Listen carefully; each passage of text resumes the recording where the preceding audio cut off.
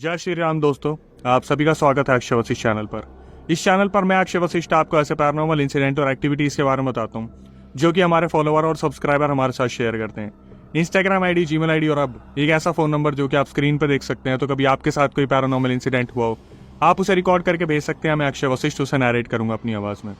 आगे बढ़ने से पहले एक बार धन्यवाद जो आप इंस्टाग्राम, यूट्यूब पे इतना प्यार दे रहे हैं। इसी तरीके से आपको फेसबुक को प्यार देना है। अगर आप हमारा पेज फाइंड आउट नहीं कर पा रहे हैं तो आप डिस्क्रिप्शन में से लिंक कॉपी करके पेस्ट करके उसे फॉलो कर सकते हैं। ये जो रियल इंसिडेंट आपके सामने लाए जाते हैं, ये आप में से ही कुछ सब्सक्राइबर हैं जो हमारे साथ शेयर करते हैं, जो कहीं ना कहीं अपनी जिंदगी में बहुत ज्यादा परेशान रहे हैं या अभी भी परेशान चल रहे हैं, जो नहीं चाहते कि आने वाली जनरेशन कहीं ना कोई गलती कर दे और अपने ऊपर कोई ऐसा बोझ ले ले जिससे जिंदगी भर वो उतार ना पाए। आज का जो रियल इंसिडेंट है वो हमें नितिन ने भेजा है, जो फिलहाल दिल्ली में रहते हैं, लेकिन उनका पूरा जो बैकग्राउंड है, पूरा परिवार जो है वो यूपी प्रतापगढ़ में रहा करता था। नितिन ने बताया कि अक्षय भाई, जब मेरा जन्म भी नहीं हुआ था तभी से उनके पूरे खानदान में ये पैरानॉर्मल चीज़ें चलती आई हैं। उन्होंने एग्जाम्पल के तौर पर बताया कि अक्षय भाई, हमारे परिवार में दो लोग एक ऐसी घटना में फंसे जहां पर दोनों की मृत्यु लिखी हुई थी, लेकिन एक ने उस मृत्यु को टाल दिया और उसके बाद वही मृत्यु जब दोबारा उस इंसान को लेने आई तो इतने घिनौने तरीके से लेके गई कि हमारा पूरा परिवार आज भी उस चीज़ को सोचता है तो उनके पैरों तले ज़मीन खिसक जाती है। नितिन ने बताया कि भाई 1980s में मेरे चाचा का जन्म होता है और मेरे पापा के सगे चाचा के लड़के का जन्म होता है। 1980s में कुछ महीनों का फर्क था इन दोनों बच्चों में। हम उम्र बच्चे थे, घर के आसपास रहा करते थे। नितिन ने स्पेशली ये बताया कि अक्षय भाई, मुझे मेरे बुजुर्गों ने बताया कि 1980s में मेरे जो पापा के सगे चाचा की जो वाइफ थी वो बहुत चिढ़ा करती थी, क्योंकि बच्चे बहुत ज़्यादा वहाँ पर आतंक मचाया करते थे, खेला करते थे। तो उन्होंने क्या करा, वहाँ पर एक आम का पेड़ कटवा दिया था। कहते कि अगर आप अपने घर में लगा आम का पेड़ कटवा दो तो कहीं ना कहीं आपके ऊपर पुत्र दोष लग जाता है, मतलब आपके बच्चे की जान खतरे में आ जाती है। ये बात नितिन को उनके दादा दादी ने बताई। बात होगी 1988 की, जब ये दोनों लड़के हम उम्र 7-8 साल के थे। दिवाली का टाइम था और जो नितिन के पापा थे वो इलेक्ट्रिसिटी का काम सीख रहे थे। तो घर में लड़ियों का काम चल रहा था, लड़ियाँ लगानी थी, लेकिन उस टाइम पर लाइट नहीं आ रही थी। तो नितिन के पापा ने पूरा सेटअप लगा दिया, लड़ियाँ अटैच कर दी। और उस टाइम पर इस तरीके से प्लग नहीं हुआ करते थे, एडॉप्टर्स नहीं हुआ करते थे, तो दोनों तरफ से तारें खुली हुई थी और दोनों को बोर्ड में लगाना था। तब 0 वाट के बल्ब जला करते थे 1988 में। नितिन ने बताया कि अक्षय भाई, दोनों बच्चे खेल रहे थे और पापा इलेक्ट्रिसिटी ठीक करने के लिए किसी के घर गए हुए थे। लाइट उनके मोहल्ले में शायद आ रही थी, हमारे मोहल्ले में नहीं आ रही थी, या शायद पापा किसी काम से गए थे। बात बहुत पुरानी है 1988 की, तो याद नहीं है। उन्होंने बताया नितिन ने कि पापा जा रखे थे और अचानक से लाइट आती है और ये जो हम उम्र लड़के थे, नितिन के चाचा जी और नितिन के पापा के सगे चाचा के लड़के, ये दोनों वहाँ पर खेल रहे थे और इन दोनों में झड़प हो जाती है कि हम लड़ी लगाएंगे, हम लड़ी लगाएंगे। तो इन दोनों ने प्लान करा कि एक तरफ की तार तू लगा दियो और एक तरफ की तार मैं लगा दूंगा और दोनों लगा के एक साथ प्लग ऑन कर देंगे। इस पूरे हादसे में हुआ क्या, जो नितिन के पापा के सगे चाचा के लड़के थे जिनकी मम्मी ने वो पेड़ कटवाया था आम का, उनके हाथ में तार थी और नितिन के जो चाचा जी थे वो एक तरफ तार लगाते हैं, दूसरी तरफ वो जो लड़का था वो तार को सीधा कर रहा था। जैसे आप देखते हैं ना कि तार को स्ट्रेच करके अटकाने के लिए सीधा किया जाता है, उधर से नितिन के चाचा ने उस तार को लगा के ऑन कर दिया और उधर देखा कि अभी तक उसके हाथ में वो तार थी और इतनी फुर्ती से करंट तोड़ा। वो जो नितिन के पापा के सगे चाचा के लड़के थे उन्हें इतना जोर का झटका लगा कि वो 3 सेकंड के अंदर उड़ के सीधा दीवार पे लगे और वहीं पे वो खत्म हो गए। क्लियरिटी के लिए मैं इन दोनों के नाम आपको बता देता हूँ। जो अभी गुजरे हैं उनका नाम था राज, और जो नहीं गुजरे, जो बच गए, उनका नाम था रामानंद शुक्ला। कुछ वक्त गुजरा, कुछ रातें गुजरी और 1990 में नितिन शुक्ला का जन्म हुआ, जो हमें ये सारा रियल इंसिडेंट बता रहे हैं। मुश्किल से 3 साल ही गुजरे थे। 1993 में पहली बार जब सारे इकट्ठे होकर बैठे थे और कहीं ना कहीं सब रात का टाइम था और बातें कर रहे थे आपस में, तभी जो हेड ऑफ द फैमिली थे, मतलब बाबा जी, मतलब नितिन के पापा के पापा, जो हेड ऑफ द फैमिली थे, वो वहाँ पर बैठे हुए थे, सबसे बात कर रहे थे, खाना खा रहे थे सारे के सारे। अचानक से एक अनजान सी आवाज़ आती है और वो बोलती है कि बाबा, क्या आप मुझे सुन सकते हैं? तो वहाँ पर जो बाबा जी थे वो सुन रहे थे, नितिन के पापा सुन रहे थे, जो नितिन की दादी थी वो सुन रही थी, और सब एकदम से हक्के बक्के हो गए। ये 3 जने आवाज़ सुन पा रहे थे और किसी को आवाज़ नहीं आ रही थी, और ये आवाज़ उसी लड़के की थी जो उस हादसे में 1988 में गुजरे थे, जिनका नाम राज था। बाबा ने अचानक से उस आवाज़ को सुना और बाबा बोलते कि कोई भी हिलेगा नहीं, कोई कुछ बोलेगा नहीं, ये राज की आवाज़ है। और राज जिस तरीके से गुजरा था शायद उसकी आत्मा भटक रही है। और उधर से आवाज़ आती है कि बाबा, उस दिन मृत्यु सिर्फ मेरी नहीं आई थी, उस दिन रामानंद की भी मृत्यु आई थी, और मैं अब यहाँ पर अकेला हूँ, तो मैं रामानंद को अपने साथ लेके जाऊँगा। बाबा इस चीज़ को सुन के बहुत ज़्यादा घबरा जाते हैं कि अचानक से ये कौन सी एंटिटी थी जो ये सब बोल के चलेगी, लेकिन उनके दिमाग में एक नाम था, राज। कुछ वक्त गुजरा, जब बाबा ने अपने घर में पूजा पाठ करवाई, अपने घर को थोड़ा बहुत बंधवाया था, लेकिन 5-6 महीने बाद अचानक से फिर दोबारा राज की आवाज़ आती है जो इस दुनिया में अब नहीं है। वो अचानक से बोलते हैं, बाबा हमारे खेत का ट्यूबवेल कोई चोरी करने के लिए आया है। तो वहाँ पर जो बाबा थे वो आवाज़ सुनकर बोलते कि नहीं, ये पक्का कोई छलावा है, और अगर इसके बोलने पे कोई खेत में जाएगा तो शायद आज वो भी नहीं रहेगा। तो वहाँ पर जो बाबा बैठे थे और जो नितिन के पापा बैठे थे और दादी जी बैठी थी, उनको बोलते कि नहीं, इसकी बातों पे कोई भरोसा नहीं करेगा, शांति से बैठे रहो। ये लोग उस रात शांति से सो गए, और जब ये सुबह उठे और खेत की ओर गए तो इन्हें पता चला कि सही में ट्यूबवेल चोरी हो चुका था। अब जब बाबा वापस आते हैं तो उनको एक आवाज़ आती है कि बाबा, मैं तो आपका ट्यूबवेल बचाने की कोशिश कर रहा था, लेकिन ये मत सोचिएगा कि मैं रामानंद शुक्ला को छोड़ दूंगा। उसे मेरे साथ जाना था, उसकी मृत्यु निश्चित थी। आप लोग उसे बचा रहे हो, लेकिन मैं भी देखता हूँ आप लोग कब तक बचाओगे। 1-2 दिन बाद ये अपने खेत में एक नया ट्यूबवेल लगवाते हैं। 1-1.5 महीना ही बीता था। दोपहर की बात है जब ये लोग अपने खेत से काम करके वापस आए थे, तो बाबा को फिर अचानक से एक अनजान आवाज़ आती है कि बाबा, मैंने पिछली बार भी बोला था अपना ट्यूबवेल बचा लो, और वो चोरी हो गया था। इस बार फिर कुछ लोग खेत में हमारा ट्यूबवेल चोरी कर रहे हैं। बाबा थोड़ी सी हिम्मत बटोरते हैं, नितिन के पापा को और कुछ रिलेटिव्स को लेके खेत में पहुंचते हैं, तो वो देखते हैं एग्जैक्टली वहाँ पर 3-4 चोर सही में ट्यूबवेल चुरा रहे थे। ये लोग लगे हाथ उन्हें पकड़ते हैं और बुरी तरीके से पीट के वहाँ से रफा दफा करते हैं। उसके बाद जब ये लोग घर आते हैं तो फिर दोबारा आवाज़ आती है कि बाबा, मैंने हमेशा इस परिवार के लिए भलाई सोचा है। अगर आप लोग ये सोचो कि रामानंद शुक्ला बच जाएगा तो ऐसा नहीं हो सकता। उसकी मृत्यु मेरे साथ ही लिखी हुई थी, लेकिन आप उसे बचा रहे हो, और मैं ये भी देखूंगा कि आप कब तक बचा लोगे। एक तरीके से ये मान सकते हैं कि जो 1988 में हादसा हुआ था जहाँ पर राज बिजली के झटके से गुजरे थे, वो इस चीज़ के पीछे पड़ गए थे कि रामानंद शुक्ला किसी भी हालत में बचने नहीं चाहिए। इतना सब कुछ होने के बाद बाबा जो थे वो फिर अपने घर में पूजा पाठ करवाते हैं और अपने घर को कीलों से बंधवा लेते हैं। आगे जाके कुछ वक्त बाद रामानंद शुक्ला की शादी होती है, और शादी में उन्हें एक स्कूटर मिला था। वो किसी काम से वापस आ रहे थे जब नितिन शुक्ला स्कूटर में आगे खड़े हुए थे और एक उनका पड़ोसी पीछे बैठा हुआ था। जब ये धीरे धीरे एक चौराहा क्रॉस करते हुए आ रहे थे, वहां पर अचानक से इनके स्कूटर की लाइट फ्लक्चुएट होती है, नए स्कूटर की। तो रामानंद शुक्ला को लगता है कि जो नितिन शुक्ला बताने वाले हमें आगे खड़े हैं वो कहीं ना कहीं लाइट पे हाथ मार रहे हैं, और उस टाइम पर नितिन शुक्ला सिर्फ और सिर्फ 7-8 साल के थे।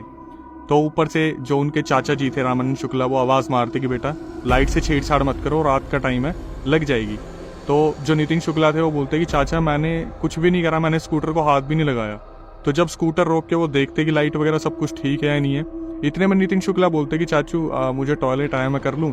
तो जो रामानंद शुक्ला थे उनके चाचा जी बोलते हैं, हाँ बेटा कर ले, मैं यहीं हूँ। जब तक ये टॉयलेट कर रहा था लड़का नितिन शुक्ला, अचानक से जो रामानंद शुक्ला थे उन्होंने सोचा कि बच्चा है, थोड़ा सा मजे लेता हूँ इससे। नितिन शुक्ला टॉयलेट करके आए तो रामानंद शुक्ला जी ने पड़ोसी के साथ जो पीछे बैठे थे स्कूटर को थोड़ा भगाना शुरू कर दिया। 10 कदम आगे भगाया तो नितिन शुक्ला जो थे वो पीछे आए कि चाचा मुझे भी बैठा लो, मुझे भी बैठा लो, मुझे भी घर चलना है।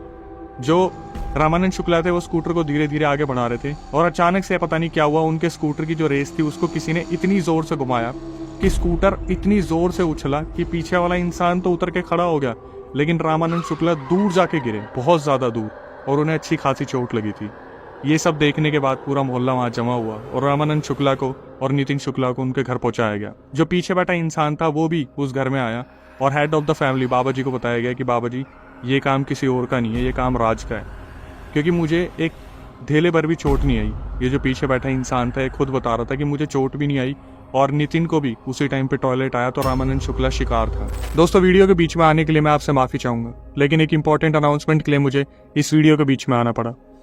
अभी कुछ टाइम पहले ही मैं उत्तराखंड गया था, जहाँ पर मैंने एक पूरा का पूरा रियल एक्सॉर्सिज्म अपने कैमरे में कैप्चर किया स्पिरिट हंटर्स के साथ, जिनमें डॉक्टर अक्षय की भी हमारे साथ थे और गुरुमा अंकिता जी थी। कुछ क्लाइंट आए थे उनके जिनको पोजेशन बहुत बुरी तरीके से हो रखा था, कोई जिन जिन्नात की एंटिटी उनके ऊपर आई हुई थी। इस संडे को हमारे चैनल पे, दोबारा मैं रिपीट करता हूँ, इस संडे 15 सितंबर हमारे चैनल पे रात के 10 बजे हम उस एक्सॉर्सिज्म को लाइव करने वाले हैं। पूरी वीडियो आपके सामने आएगी। आई होप आपने ट्रेलर देख ही लिया होगा। हमने बहुत मेहनत की है और अपनी यूट्यूब फैमिली से जिनसे मैं बहुत प्यार करता हूँ, उनसे मैं सिर्फ इतना ही कहना चाहूँगा कि प्लीज़ उसे पूरा देखिएगा और उसे शेयर कीजिएगा। तो चलिए अब वापस वीडियो की ओर चलते हैं। जब सब घर चले गए और इनको चोट लगी थी, पट्टी वट्टी करवाई रामानंद शुक्ला की, उसी रात फिर दोबारा राज की आवाज़ आती है कि बाबा, उस चौराहे पे देवी का एक मंदिर था जिसने रामानंद शुक्ला को बचा लिया, लेकिन अगली बार रामानंद शुक्ला को मैं अपने साथ लेके जाऊंगा। जब राज के द्वारा ये धमकी मिली तो इस बार जो बाबा जी थे वो बहुत ज़्यादा डर गए थे। पूरा परिवार सहम गया था कि घर बंधवाने से क्या हुआ, बाहर तो फिर भी जो रामानंद शुक्ला है उनके ऊपर अटैक हो गया। फिर दोबारा पंडित जी से बात की जाती है और पंडित जी बोलते हैं कि कुछ ना कुछ तो करना पड़ेगा, लेकिन इसका सॉल्यूशन क्या अभी समझ नहीं आ रहा। धीरे धीरे इनके कारोबार आगे बढ़ते हैं, घर परिवार आगे बढ़ते हैं। जब रामानंद शुक्ला एक नया ट्रैक्टर लेते हैं तो नया ट्रैक्टर लेने पर ना ही लाइसेंस वगैरह के रजिस्ट्रेशन पेपर कुछ भी नहीं आए थे, लेकिन गांव में एक बारात लेके जानी थी। तो पहले के टाइम में जो है एक ट्रॉली के अंदर 20-25 लोग बैठते थे ट्रैक्टर में और कहीं तक पहुंचते थे। तो कहीं से ये बुकिंग मिली थी रामानंद शुक्ला को कि ट्रैक्टर में आपको पूरी बारात लेके जानी है, 20-25 लोग हैं, तो आप धीरे धीरे करके इन्हें बारात तक पहुंचा देना। सारे लोग पीछे बैठे हुए थे और नितिन शुक्ला ने बताया कि रामानंद शुक्ला के जो ट्रैक्टर चलाने वाले थे उनके लेफ्ट और राइट साइड में भी 2 इंसान बैठे हुए थे। उनके यहाँ से एक गंगा का पुल निकलता है जो कि थोड़ा खड़ा है, 60 डिग्री पे वो गंगा का पुल बना हुआ है। तो जब रामानंद शुक्ला वहाँ से अपना ट्रैक्टर लेके जा रहे थे तब सब लोग पीछे बैठे थे, 2 लोग उनके बगल में बैठे हुए थे और वो देख रहे थे कि अचानक से रामानंद शुक्ला को पता नहीं क्या हुआ। उन्होंने ट्रैक्टर स्पीड में निकालना था और वो स्पीड में ही ट्रैक्टर निकलता है, वरना कैसे भी अगर ब्रेक लगे तो ट्रैक्टर पूरा का पूरा उल्टा पलटने के चांसेस थे। वो जो 2 लोग बैठे हुए थे उन्होंने इस चीज़ को ऑब्जर्व करा कि ट्रैक्टर जब पुल के ऊपर पहुंचा तो रामानंद शुक्ला ने एक बार लेफ्ट में काटा, राइट में काटा और उन्होंने अचानक से ब्रेक लगा दिए और हैंड ब्रेक खींचने की कोशिश की। तो वो जो ट्रैक्टर था उसकी स्पीड इतनी ज़्यादा खो गई कि वो जो ट्रैक्टर था वो पीछे आने लगा रोड के और धीरे धीरे उठने लगा, जैसे आगे से टायर उठने लगे। तो जो 2 इंसान थे वो कूद गए, पीछे वाले लोग जो है धीरे धीरे करके कूद गए, जब तक ट्रैक्टर वहाँ पर पूरी तरीके से स्टक हो गया था। तभी अचानक से रामानंद शुक्ला जो थे उनको किसी ने खींचा और ट्रैक्टर पीछे आता रहा और उनकी टांग के ऊपर से जो टायर था वो चढ़ के निकल गया। ट्रैक्टर अचानक से स्ट्रेट खड़ा हुआ और सीधा उस पुल के टकराते ही सीधा गंगा नदी के अंदर गिर गया। नितिन शुक्ला ने बताया कि अक्षय भाई, ये जो इंसिडेंट हुआ इसके बाद चाचा जी का पैर फ्रैक्चर हो गया था और वहां पर अचानक से जो देखने वाली चीज थी, सब लोग वहां पर अनुमान लगा रहे थे कि आज उनकी जिंदगी खत्म हो जाएगी, लेकिन पता नहीं क्या चमत्कार था कि सारे लोग उतर चुके थे, बस नितिन शुक्ला जो थे वो ट्रैक्टर पे थे। किसी ने उन्हें खींचा और ट्रैक्टर पूरा गंगा नदी में चला गया। तो नितिन ने बताया भाई, इंश्योरेंस तक नहीं हुआ था, ट्रैक्टर 5-6 लाख रुपए का होगा उस टाइम पे और 1.5-2 लाख रुपए खर्चे के लग गए थे ट्रैक्टर में। और जो चाचा जी की हालत हुई थी रामानंद शुक्ला की, वो तो मैं आपको क्या बताऊं। जब ये घर पे आते हैं तो रामानंद शुक्ला 2-3 दिन तक उठे ही नहीं थे, वो बेहोश थे। तो 2-3 दिन बाद जब रामानंद शुक्ला की आंख खुलती है तो बाबा और नितिन के पापा जो थे वो उनसे पूछते कि क्या हुआ, उस दिन क्या हुआ था, हादसा कैसे हुआ, क्या हुआ। तो रामानंद शुक्ला ने बताया कि आपने देखा नहीं कि ट्रैक्टर के आगे एक गाय का बच्चा आ गया था। तो वो बोले कि हमने तो सबसे पूछा था, वो तो बस इतना कह रहे थे कि तुमने ट्रैक्टर लेफ्ट राइट करा और डिसबैलेंस हो गया और पूरा ट्रैक्टर जो है नदी में गिर गया। रामानंद शुक्ला ने बोला नहीं, ऐसा नहीं हुआ था। जब मैं ट्रैक्टर चला रहा था तो गाय का बच्चा आगे आ गया था, तो वो लेफ्ट में काटा उन्होंने निकालने के लिए, तो वो गाय का बच्चा लेफ्ट में कूदा, राइट में करा तो राइट में कूदा और एट द एंड उन्होंने हैंड ब्रेक खींचे, रोकने की कोशिश की तो ट्रैक्टर थोड़ा सा उठ गया, लेकिन लोग कूद कूद के निकल गए थे और मैं वहां पर बैठा हुआ था और मेरे को किसी पुजारी ने जो वहां से गुजर रहा था उसने पुजारी ने मुझे खींचा। ना तो उस गाय के बच्चे को किसी ने देखा था, ना ही उस पुजारी को किसी ने देखा था। तो बस ये मान लीजिए कि आज जो ट्रैक्टर नदी में रामानंद शुक्ला जी के साथ जाने वाला था वहां पर वो कैसे न कैसे बच गए।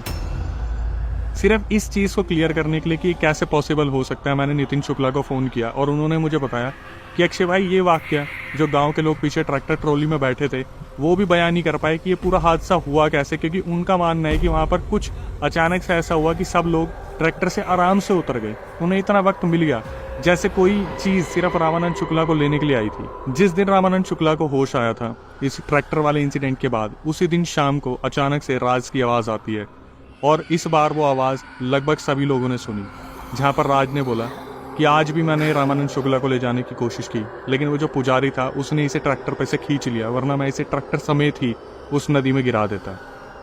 अब बाबा की परेशानी जैसे बहुत ज़्यादा बढ़ गई थी, उन्हें समझ नहीं आ रहा था कि अब क्या करा जा सकता है। तो फाइनली उन्होंने अपना पूरा जोर लगाया और एक पंडित जी को कांटेक्ट करा और वो पंडित जी घर में आए और उन्होंने इधर उधर देखा और साफ बता दिया कि इस साल 1988 में कोई एक गुजरा था और वो जो है यहाँ पर भटक रहे हैं रामानंद शुक्ला को ले जाने के लिए। 3 से 4 दिन बड़ी पूजाएं होंगी, यज्ञ होगा और हम जो है राज को कुछ ना कुछ स्थान दे देंगे जिससे वो रामानंद शुक्ला का पीछा छोड़ दे।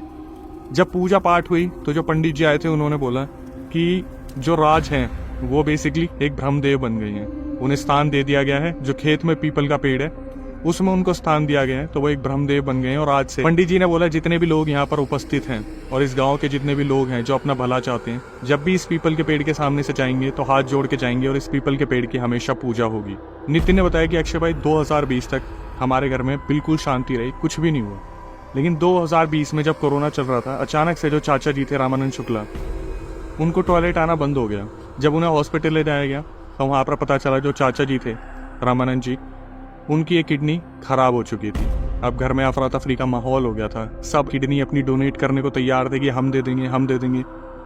लेकिन वहाँ पर डॉक्टर्स ने कहा कि एक इंसान एक किडनी पे भी सर्वाइव कर सकता है, तो आपको इतना सोचने की जरूरत नहीं है। लेकिन रीजन नहीं पता चल रहा था कि किडनी फेलियर का रीजन क्या है। सब लोग पैसा इकट्ठा करना शुरू करते हैं कि हम किडनी ट्रांसप्लांट करा लेंगे, रामानंद शुक्ला जी को कुछ नहीं होने देंगे। डॉक्टर्स ने बोला कि अभी 5-6 महीने आपको टेंशन लेने की जरूरत नहीं है, आप इन्हें घर लेके जाओ और जो किडनी गई है उसकी रिकवरी के लिए इन्हें फ्रूट्स खिलाओ, जूस पिलाओ और पूरी तरीके से इनका ध्यान रखो। रामानंद शुक्ला वापिस आ जाते हैं अपने घर पे और 2 से 3 महीने बाद फिर दोबारा उनका जो है टॉयलेट आना बंद हो जाता है। इस बार जब हॉस्पिटल में लेके जाते हैं तो डॉक्टर फिर इलाज करते हैं और डॉक्टर सर पे हाथ पकड़ के बोलते हैं कि हमें समझ नहीं आ रहा कि इनके मल्टीपल ऑर्गन्स फेलियर कैसे हो रहे हैं, मतलब अब इनकी दूसरी किडनी भी जा रही है। और घर वाले वहाँ पर बहुत ज़्यादा परेशान हो गए। डॉक्टर्स की बातें किसी को कोई समझ नहीं आ रही थी। रामानंद शुक्ला को घर लेके आए। जब फैसला लेना था कि अब क्या करना है, तभी जो राज था उसकी आवाज़ आती है बाबा के कानों में और नितिन ने बताया कि अक्षय भाई इस बार तो मैं हैरान हो गया क्योंकि मैंने भी उस आवाज़ को सुना था। नितिन के पापा 2006 में एक्सपायर हो गए थे, तो नितिन ही सारी भाग दौड़ कर रहे थे 2020 में। नितिन ने बोला कि आवाज़ आई, जो पापा के चाचा के लड़के थे वो अचानक से बोलते हैं कि नीतू, नितिन को नीतू बुलाते हैं कि नीतू तू कितनी भी कोशिश कर ले, इस बार रामानंद शुक्ला को कोई भी नहीं बचा पाएगा, मैं उसे लेके जाऊंगा। तो ये सब सुनने के बाद जो बाबा जी थे वो अचानक से बोलते कि तुम्हें तो ब्रह्मदेव का आसन दे दिया गया था, तुम ये सब कुछ क्यों कर रहे हो। तो अचानक से जो राज की आत्मा थी वो बोलती है कि अभी कुछ ही महीनों पहले उस खेत में कोई आया था जिसने उस पीपल के पेड़ को वहाँ से काट के अलग कर दिया और मैं आज़ाद हो गया और अब मैं रामानंद शुक्ला को अपने साथ लेके जाऊंगा। नितिन ने बताया भाई 2020 में फाइनली मेरे जो चाचा जी थे रामानंद शुक्ला, उन्होंने हाथ खड़े कर दिया और उन्होंने बोल दिया कि अब मेरी देखभाल कोई नहीं करेगा, किडनी ट्रांसप्लांट नहीं होगी और ये 20-30 सालों से पीछे पड़ा हुआ है मुझे ले जाने के, तो अब मैं हाथ खड़े करता हूँ और अब कोई मेरी सेवा पानी कुछ नहीं करेगा, बस मेरा ध्यान जितना रख सकता है रखो। मैं जाने को तैयार हूँ, मैं अपनी पूरी ज़िंदगी यहाँ पर पड़े रह कर या तुम्हें परेशान कर कर पूरी ज़िंदगी नहीं बिता सकता। तो जो नितिन थे उन्होंने बताया कि अक्षय भाई 2021 जुलाई में उनके जो चाचा थे रामानंद शुक्ला, उनका निधन हो गया।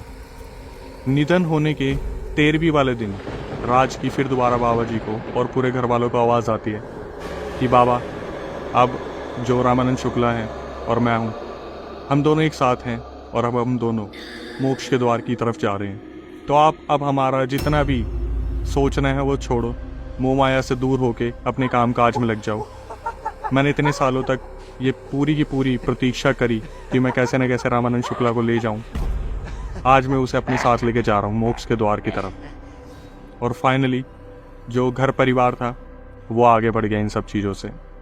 इसी के बाद नितिन शुक्ला ने अपना दूसरा एक इंसिडेंट बताया जो उनके पापा के दोस्त के बच्चों के साथ हुआ, जो काफ़ी टाइम पहले हुआ था। हालांकि मैंने नितिन शुक्ला से इसके बारे में साल नहीं पूछे, लेकिन उन्होंने बताया कि अक्षय भाई मैं ना शुरू से ही पढ़ाई में बहुत तेज़ था और मेरे जो पापा के दोस्त के बच्चे थे वो 3 बच्चे थे, सबसे बड़ा एक लड़का था, फिर एक लड़की थी और सबसे छोटा लड़का था।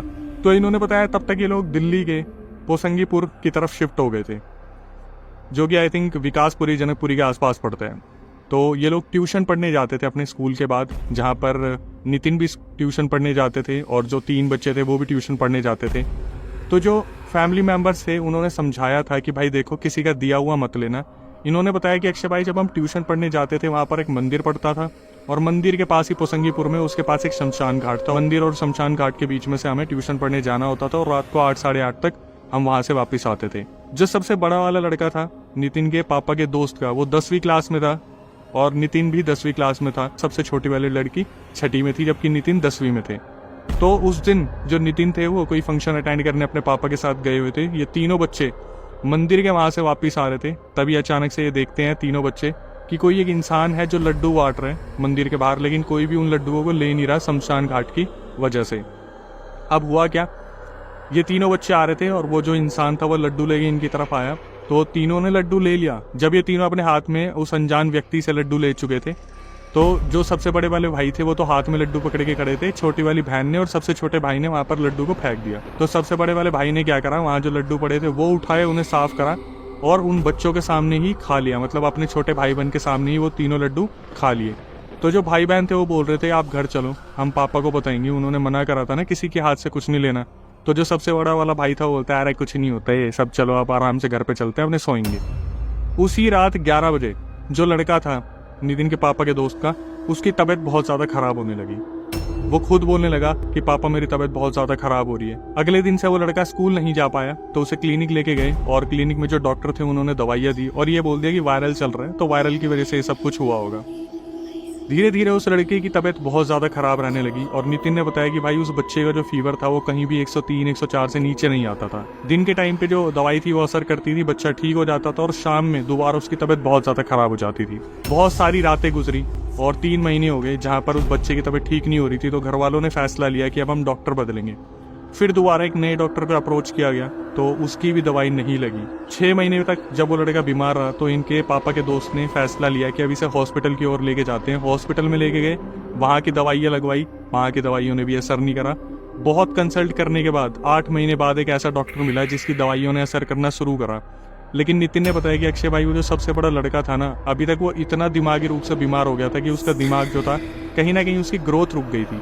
तो उम्र तो बढ़ रही थी लेकिन वो बच्चों की तरह रिएक्ट किया करता था। तो जब इस चीज़ को होते हुए 1-1.5 साल हो गया तो नितिन के जो पापा के दोस्त थे उन्होंने ये सोचा कि यार एक बार इस तरीके से भी अगर दिखवा लिया जाए तो क्या ही होगा, इतने सारे पैसे तो फूक ही दिए हैं 1.5-2 साल में। तो बात है दिल्ली के महावीर एनक्लेव की, जहाँ पर एक तांत्रिक के पास जाते हैं और अपने बच्चे को जब लेके गए थे तो उस टाइम पे नितिन के पापा के जो दोस्त थे वो ऑटो चलाया करते थे और उसी ऑटो में ये लोग महावीर एनक्लेव में गए थे। वहाँ पर जाने के बाद जो तांत्रिक था वो बच्चे की तरफ देखता और एकदम से बोलता है कि ये जिंदा कैसे है। तो जो दोनों आदमी थे नितिन के पापा और उनके दोस्त बोलते कि क्या मतलब, बोले इसके ऊपर 1.5-2 साल से हवा आ रखी है, ये बच्चा जिंदा कैसे, मैं तो हैरान हूँ। तो ये चीज़ सुनने के बाद नितिन के पापा और उनके दोस्त बहुत ज़्यादा डर जाते हैं और सीधा बोलते कि बाबा बच्चे को छुटकारा दिलवा दो, इलाज करवा दो, बच्चा ठीक हो जाए। तो वो तांत्रिक बोलता है कि ये चीज़ मैं ठीक नहीं कर सकता, ये कोई बहुत बड़ी और बुरी चीज़ है जो तुम्हारे बच्चे के ऊपर लगी हुई है। अब यहाँ से क्या हुआ, नितिन ने बताया कि अक्षय भाई मेरे पापा ने और मेरे पापा के दोस्त ने कम से कम 15-20 तांत्रिक छान मारे, लेकिन कहीं से कहीं तक कोई तांत्रिक ऐसा नहीं मिला जो उस बच्चे को ठीक कर पाए। इस चीज़ को होते हुए 2 साल हो गए थे और वो बच्चा बहुत ज़्यादा दिमागी रूप से कमज़ोर हो चुका था। धीरे धीरे घूमते हुए ये लोग पहुंचे द्वारका सेक्टर 1 के पास और वहाँ पर कोई तांत्रिक था उस टाइम पर। उस तांत्रिक ने देखकर बोला कि मैं इस बच्चे को ठीक कर दूंगा और बोले कि आज रात 10 बजे तुम लोग अपने बच्चे को यहाँ पे लेके आओगे, और एक बहुत बड़ी लिस्ट दे दी जिसमें नारियल, सिंदूर, लौंग, इलायची, राई के दाने, पता नहीं क्या क्या लिखा हुआ था। बोला था ये सब आपको लेके आना है, रात के 10 बजे मैं यहाँ पे उतारा करूंगा और आपके बच्चे के ऊपर से उस चीज़ को उतार दूंगा। ये लोग रात के 10 बजे आते ऑटो में, जहाँ पर नितिन के पापा आए थे, नितिन के पापा के दोस्त और उनकी वाइफ और वो बच्चा।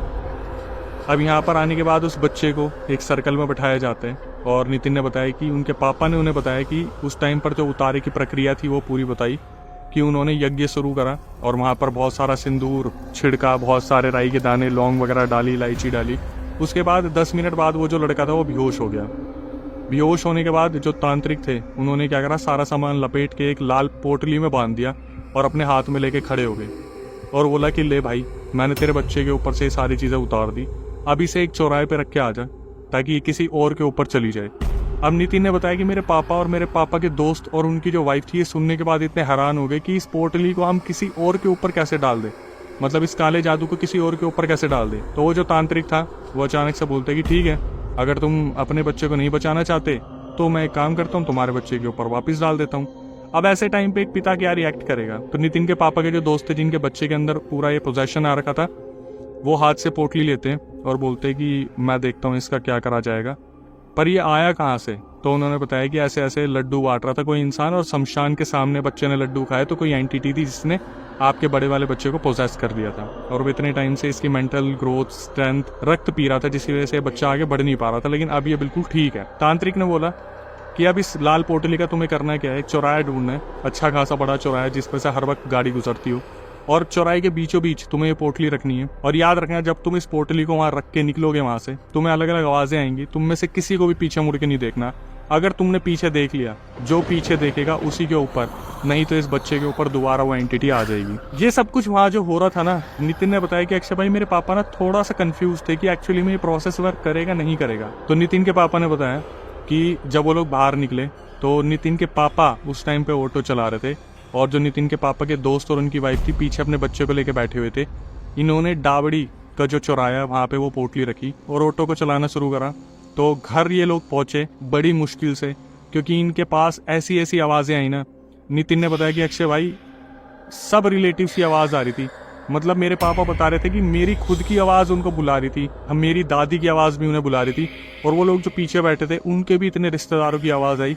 लेकिन कैसे न कैसे ये लोग अपने घर पहुंच गए। इसके बाद नितिन ने मुझे बताया कि अक्षय भाई आपने सुना तो होगा, अगर आप अपना उतारा किसी के ऊपर डाल रहे हो तो कभी ना कभी ब्लैक मैजिक जो आपके ऊपर आया और आप किसी और के ऊपर डाल रहे हो तो घूम के आपके ऊपर भी आएगा। जैसे पहले इंसिडेंट में इन्होंने बताया रामानंद शुक्ला की किडनी फेल हो गई थी, उस लड़के की भी कुछ टाइम बाद, कुछ सालों बाद जाके किडनी फेल हो गई। किडनी फेल होने के बाद उनका ट्रीटमेंट वगैरह चला, 2 साल बाद उनकी शादी करा दी गई। 1 साल बाद उनकी एक प्यारी सी बच्ची हुई थी जो कि अभी सिर्फ 15 महीने की हुई थी। लेकिन धीरे धीरे इनका भी वही हाल हुआ जो रामानंद शुक्ला का हुआ था, और धीरे धीरे ये भी मल्टी ऑर्गन फेलियर से इस दुनिया को छोड़ के चले गए। तो नितिन ने बताया कि काला जादू किसी का सगा नहीं होता, और अगर आप इसे उतरवा भी लो तो वो किस तरीके से वापस आएगा, नो वन नोज।